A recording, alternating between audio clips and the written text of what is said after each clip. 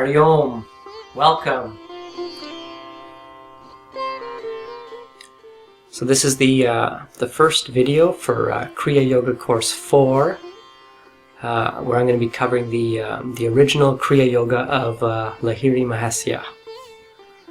I'll be using this book. There you go. Kriya Yoga Secrets by J.C. Stevens. Primarily, we'll be following the lessons in this book one at a time. And I'll also be supporting that with the free book by Yoni, a synthesis of a personal journey. Right? It's this one is available for free. There's no hard copy. You have to get it online at kriyayogainfo.net. And it's very similar to J.C. Stevens' book. And the last one we'll be using is this one here, Kriya Yoga, The Science of Life Force by Swami Nityananda Giri. Okay, there you go. Okay, so his Swami Nityananda Giri's version of the original Kriya Yoga is actually fairly different, so he has some interesting points he makes. So lesson 1 is finding your meditation seat. Yes. So one interesting thing about JC's book is that there's this lesson is the only one that talks about asanas. And in fact, just the meditative sitting asanas. But my feeling is that you'll gain a lot of benefit from actually practicing all of the asanas, as well as the water cleansing techniques and many of the things that I cover in Kriya Yoga Course 1 and 2. So if you're new to yoga, I would actually recommend you start with Kriya Yoga Course 1 and 2 before starting this one. Of course, you're free to start this one as well if you prefer. But I'll also mention that Ennio in his book he spent a couple of years doing asanas, hatha yoga practices before doing Kriya Yoga, and similarly, Swami Nityananda Giri in his book he also talks about Surya Namaskar and the importance of asanas and hatha yoga in preparation for Kriya Yoga.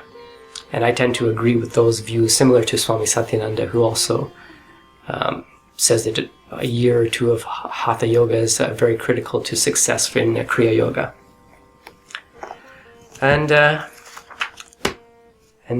guess we'll begin with the 3 postures. The Half Lotus. So you can start with your left leg. Just push the sole against your right thigh, and then you just take the other leg and put it up top on top of the thigh. And try to get both knees flat on the ground. And there you have the Half Lotus. You can also do the reverse. It's the same both ways. So again, just this foot presses kind of against the thigh and underneath it, and this one just comes up top. And position your legs so both knees are flat on the ground. Okay, there's that's the Half Lotus. Next is the Siddhasana. Okay. This one, you put the heel at the perineum, and you want the heels to line up, so you got to spread your knees a little bit farther apart than the Half Lotus, and you pull your toes up in between the calf and the thigh on that side, and you push these toes inside, and the heels are lined up, and the lower heel is pressed on the perineum, and the back is straight. That is Siddhasana. I have a full coverage of Siddhasana in Kriya Yoga Course 1, and there's also, I'll have a link to that video in the description for this lesson. And the final posture is Padmasana. Again, that's also covered in Kriya Yoga Course 1, but basically both feet come up onto the thighs. First one foot, and then the other. And then try to get the knees flat on the ground.